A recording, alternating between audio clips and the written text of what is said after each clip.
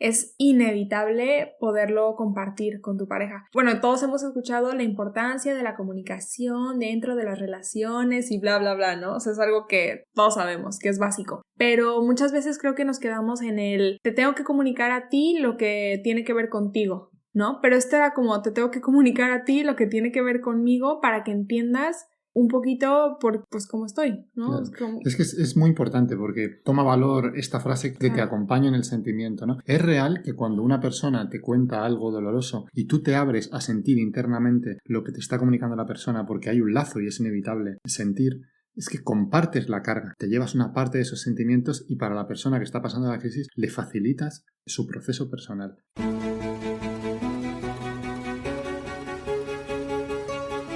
Hola, yo soy Juliana. Yo soy Miguel. Y esto es Paz entre las sábanas, un podcast donde hablamos sobre temas de relaciones de parejas desde una perspectiva psicológica y espiritual. Bueno, y hoy tenemos la intención de hablar de algo especial porque hasta ahora habíamos hablado, habíamos compartido cómo está siendo nuestra historia de amor y cómo Juliana se vino a vivir a España para estar conmigo, cómo nos casamos y parece todo bellísimo y realmente lo es, pero siempre cuando hay luz hay algo de oscuridad e inevitablemente este proceso también trajo profundas crisis, sobre todo en Juliana por venir a un país completamente diferente, con otras costumbres y sin su familia y sin sus amigos. Entonces hoy queremos hablar un poquito de eso y cómo lo hemos ido sobrellevando y bueno, la protagonista sobre todo de este episodio evidentemente es Juliana, así que cuéntanos. Sí, o sea, hoy les quiero hablar un poquito sobre esta crisis que tuve de dejar mi país, mi familia, mis amigas y básicamente vivir un duelo de lo que fue mi vida y irme como aceptando, incorporando un poco esta nueva vida que elegí. Y decidimos grabar este episodio porque sí, una parte grande fue mi crisis y este duelo del cual les voy a platicar un poquito más, pero creo que algo muy interesante es cómo lo llevamos juntos. O sea, me encantaría poderles compartir un poquito cómo ha sido el acompañamiento de Miguel a lo largo de este proceso, porque yo sé que, bueno, en este caso es mi crisis de dejar mi país, mi familia y todo esto, pero yo creo que en una relación de pareja siempre, bueno, va a haber momentos duros, ¿no? Y a veces te va a tocar ser la persona que ayuda y a veces te va a tocar ser la persona que necesita ayuda. Entonces, hoy queremos utilizar este ejemplo pues para hablar un poquito de cómo fuimos desarrollando esos roles dentro de nosotros. Y sobre todo porque, bueno, me atrevo a decir que Miguel lo hace muy bien y no solo porque es mi marido y porque lo he vivido, pero realmente él tiene, pues digamos que está certificado, ¿no? O sea, es psicólogo, psicoanalista, él a eso se dedica, es lo que hace, acompaña... Nadie te certifica para el matrimonio, ¿eh? No, pero vamos, o sea, creo que tú sí tienes más idea de cómo acompañar a alguien en un momento duro que a lo mejor un abogado. Sí, sin embargo es interesante porque es fácil acompañar cuando no formas parte del conflicto, del problema. Yo recuerdo cómo me sorprendía lo que me afectaba internamente, lo que tú me contabas o cómo te estabas sintiendo. Yeah. Era una cosa que para mí era inesperado. Además, yo llevaba varios años viviendo solo con una vida bastante independiente. Entonces, emocionalmente, realmente no estaba implicado con nadie más en profundidad. Claro. Al margen de con mi familia de origen, pero se vive de otra manera. Entonces, pues entiendo que en parte es verdad que tengo la teoría, pero fue muy interesante. Fue para mí una experiencia completamente nueva ayudarte desde el amor realmente sentido y ver cómo me afectaban tus estados emocionales. Ya.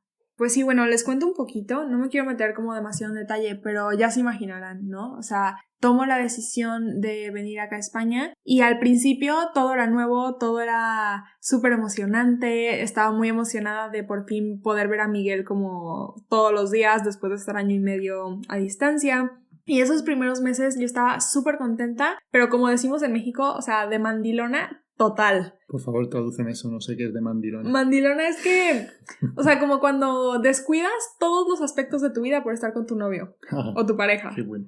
Sí, entonces, o sea, yo tenía muchísimas ganas de estar contigo y no tenía ningún tipo de interés en hacer amigos, en nada realmente, o sea, yo solo quería estar contigo, ¿no? Claro. Y al principio cool, pero llegó un momento donde fue mi gran crisis, ¿no? Que fue darme cuenta como, ok, esto ya no es tan nuevo, esto ya no es tan cool y así va a ser mi vida y la única persona que tengo es a Miguel y extraño muchísimo a mis amigas y extraño muchísimo a mi familia y bla, bla, bla, bla, bla. Y fue como, wow, o sea, vale la pena...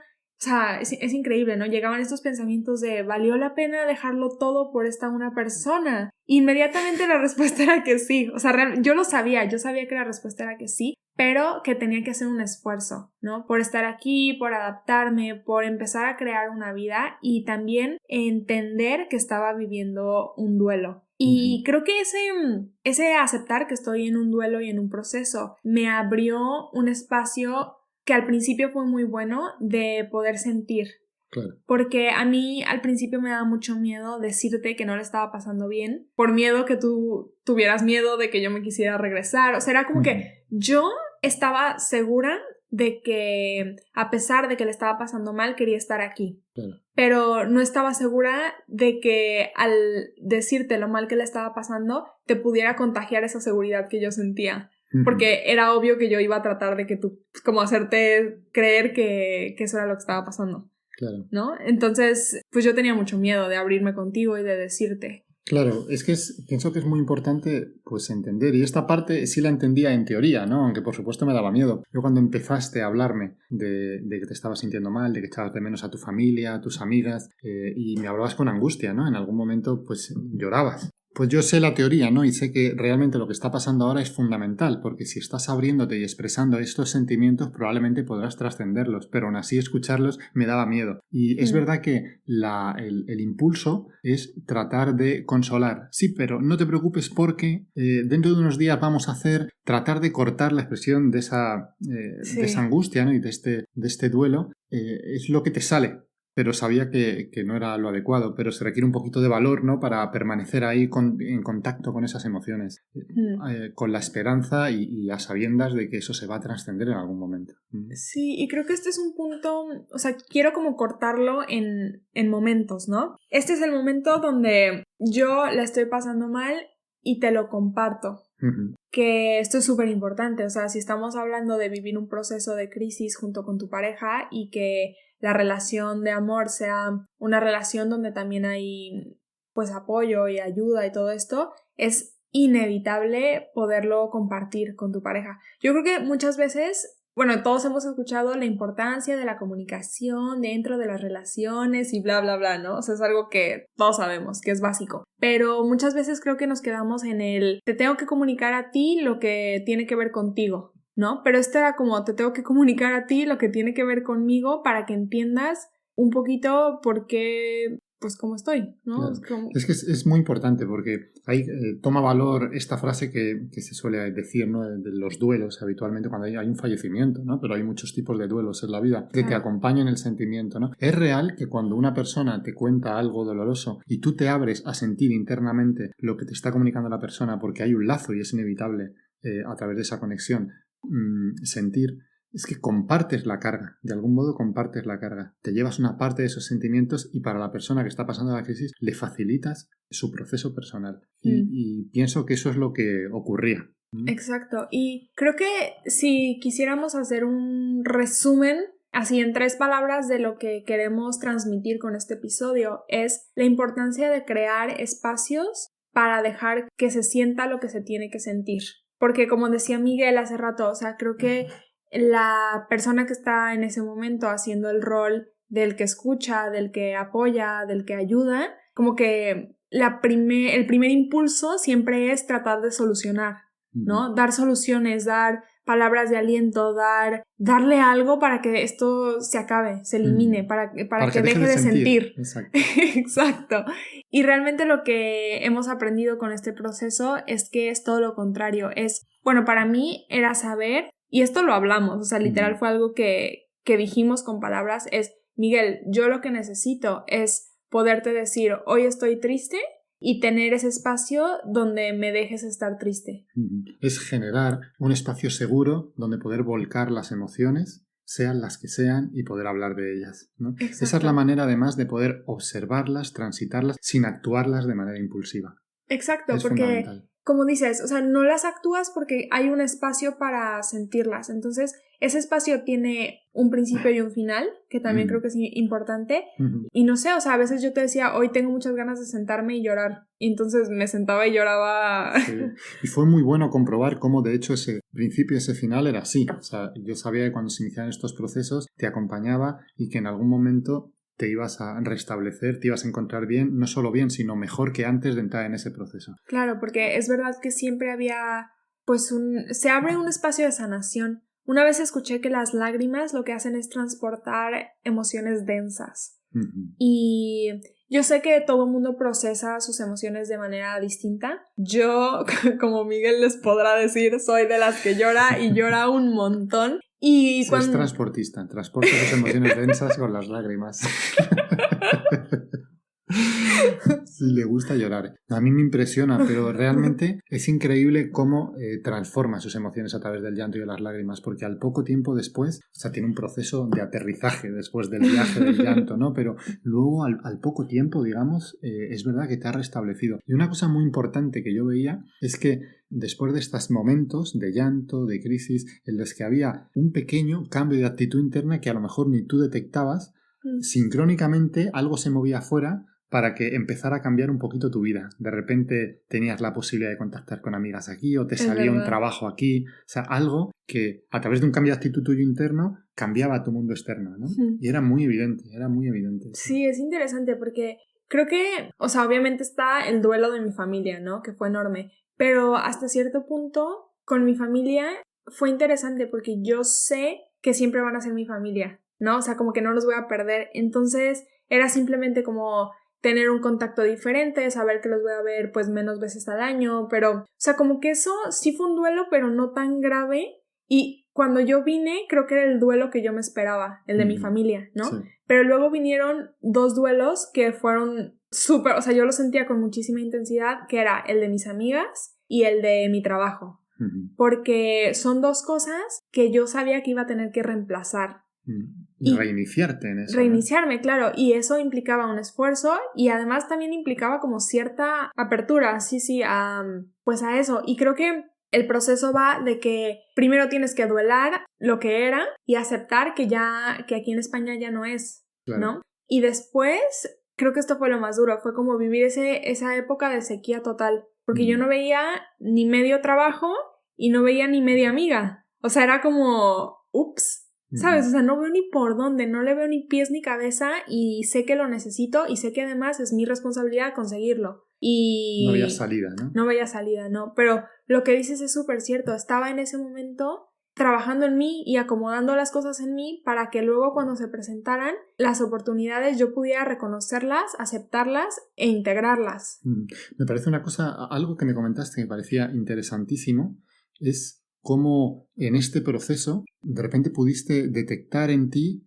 una tendencia interna que bloqueaba tu proceso y que además pudiste vivenciarla a través de una experiencia ampliada de conciencia con una meditación neuma, ¿no? En respiración neuma. Wow, sí, esto lo tengo que platicar porque todo lo que hemos hablado hasta ahora, pues digamos que fue un proceso, quiero decir, desde el ser, o fue un proceso natural, ¿no? Fue un duelo normal de, pues, una vida y el inicio de una nueva vida. Pero es verdad que cuando estaba con todo esto en la cabeza y súper mal y lloraba un montón y le estaba pasando muy, muy mal, tuve la oportunidad de hacer una respiración neuma. Que además es de esas veces que dices, lo necesito, vamos, o sea, me urge poder entender un poco más, profundizar un poco más, sentir un poco más. O sea, había una necesidad de mí de acercarme a mi ser, ¿no? Porque estaba tan en crisis que yo decía, necesito luz. Entonces hice esta respiración neuma con muchísimas ganas, o sea, de esas veces que dices, necesito. Y entonces empecé a respirar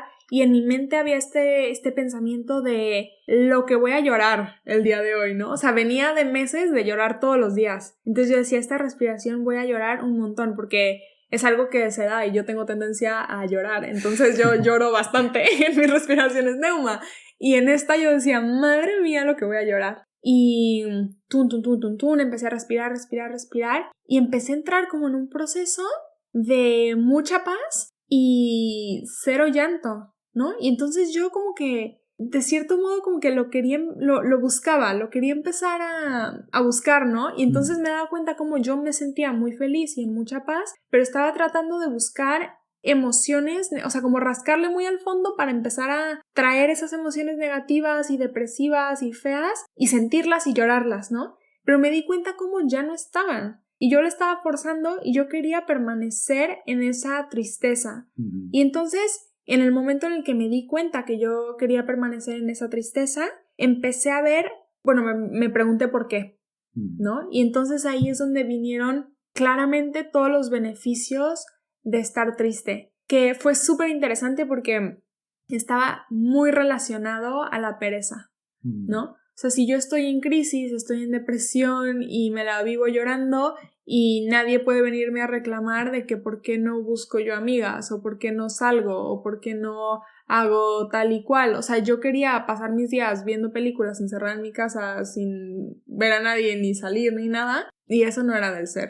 Claro. Esa estaba tomadísima por un ego pues sí, como depresivo y me di cuenta que ya había pasado la crisis, que ya no tenía esa excusa y que yo seguía buscándolo porque era muy cómodo. Claro, te habías acomodado en una situación que evidentemente no te generaba ninguna felicidad, pero ya tampoco te generaba sufrimiento. Exacto. Y no querías pasar página, porque pasar página implicaba enfrentarte a tu vida, ¿no? O sea, me di cuenta que ya estaba en la siguiente etapa del duelo y la estaba retrasando porque no tenía ganas. Y fue muy interesante porque después de esa respiración y de entender todo este proceso y cómo me estaba chantajeando el ego, ¿no? Como metiendo la pata y atorándome ahí, se empezaron a dar muchísimas cosas. O sea, lo que decías, cada vez que había una mini crisis, era como que una oportunidad se presentaba. Abría, exacto. Sí. Y después de esta gran toma de conciencia en respiración neuma, me llegó un trabajo con el cual estoy encantada y además se adapta muchísimo al estilo de vida que puedo llevar aquí.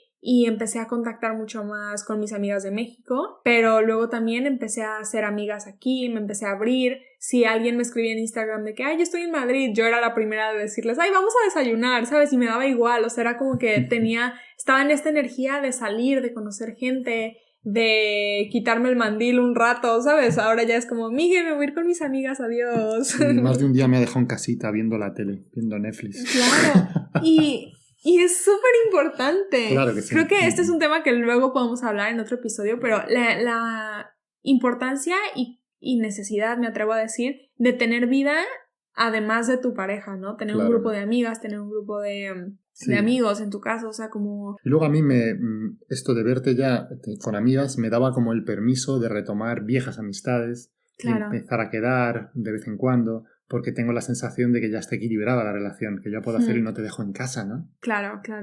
Sí, muchas cosas empezaron a acomodar, pero... ¿Podemos resumir un poquito el episodio? Porque me parece muy importante. Sí. Muy bien, pues vamos a resumir un poquito, ¿no? El episodio, que me ha parecido que ha salido de manera muy espontánea y muy bonita, muy interesante. Sí, no estábamos seguros si empezamos a grabar y dijimos, bueno, a ver qué sale, ¿no? Chance cambiábamos el tema, no sabíamos, pero a mí también me gustó. Sí. Bueno, lo primero diría, o sea, la primera parte me parece importante, el viaje de Julián aquí, que fuera por amor, pues era muy bello, muy bonito. Y parece que como es muy bello y muy bonito, no puede haber una parte negativa. Y eso a veces es un bloqueo, es una resistencia que puede ser muy perjudicial al proceso, ¿no? Sí. Y eso hay que tenerlo en cuenta. Hay una cosa que me pasa mucho en consulta, ¿no? Hay muchas chicas que vienen después de tener su primer hijo. Sí, es lo que llaman la depresión postparto, ¿no? Sí. Y hay una parte muy interesante de esta depresión que tiene que ver con que todos los que le rodean están muy felices. Y parece que ella tiene que estar muy feliz y muy contenta por haber tenido a su bebé, a su niño, y entusiasmada y viviéndolo con mucha intensidad. Pero la realidad es que hay un duelo terrible, porque para ella ha cambiado su vida para siempre, pero los primeros años del niño va a ser demoledor. Sí. Y entonces hay una parte de ella que sufre y que se plantea que a lo mejor fue un error. Qué interesante. Claro. Y no poder verbalizarlo, no poder decir que está sufriendo, que esto es un asco, que se levanta 7 veces por las noches, que no sale con sus amigas, que le duele el cuerpo después del parto, no poder decirlo, no poder mencionarlo porque se supone que tienes que estar feliz y alegre, es lo que daña muchísimo el proceso de superación de este duelo, ¿no? Qué interesante. Y aquí hay algo parecido en menor escala porque también es un duelo, ¿no? Claro. Entonces, como te has venido por amor y toda tu familia tiene que estar tranquila y saber que te has venido por amor y que todo va bien, no puedes estar nada de triste, porque si demuestras un poquito de tristeza es que todo va mal y no es cierto. Todo va perfecto, pero tienes un duelo que realizar. Claro, ¿no? y eso me pasaba con mi familia y contigo. Claro. Me gustaría agregar esto. Yo cuando tomé la decisión de venir para España y dejar mi vida, yo sabía que iba a ser duro, ¿no? O sea, tampoco soy tonta de que yo sabía que iba a haber una crisis y me aseguré desde el principio de saber que era una decisión y que yo la había tomado, ¿no? O sea, que un poco no caer en echar culpas y en... Sí, era como asumir, responsabilizarte de tu decisión, ¿no? Exacto. O sea, fue algo que creo que es importante mencionar, ¿no? O sea, yo cuando tomé la decisión estaba consciente de que yo era 100% responsable de esa decisión y de las consecuencias que podían venir con ella. Claro. Que creo que es importante, ¿no? Sí, por supuesto. Es una manera de que tu proceso sea tuyo y no puedas proyectar en el exterior todo lo malo que luego puede ocurrir, ¿no? Exacto. Entonces sería el primer punto esto. Todo cambio, aunque sea para mejor, aunque sea bellísimo y te traiga consecuencias muy positivas, implican un duelo y entonces va a haber un proceso de dolor personal que hay que pasar por él, ¿no? Para poder pasar por él y que tenga un principio y un final, hay que poderlo expresar en un ambiente protegido y seguro con alguien que quieras. En este caso era entre nosotros, ¿no? Sí. Y es importante saber escuchar abierto a sentir la angustia, el dolor y el miedo que supone escuchar a un ser querido contarte su sufrimiento personal. Sí, y creo que por mi parte solo agregaría el tener el valor de pedir ese espacio. Porque incluso yo sabiendo que tú eres psicólogo y todas estas cosas, o sea, tenía miedo de pedirte ese espacio o de... Sí, o sea, de que tú la pasaras mal, ¿no? De que como yo lo estaba pasando mal, tú la pasaras mal conmigo. Pero de verdad que el día que tuvimos la conversación de Miguel, yo lo único que necesito es que sepas que no estoy bien y me abraces una hora mientras lloro. Fue liberador. Cambió todo. Claro. Y luego estaría el tercer punto.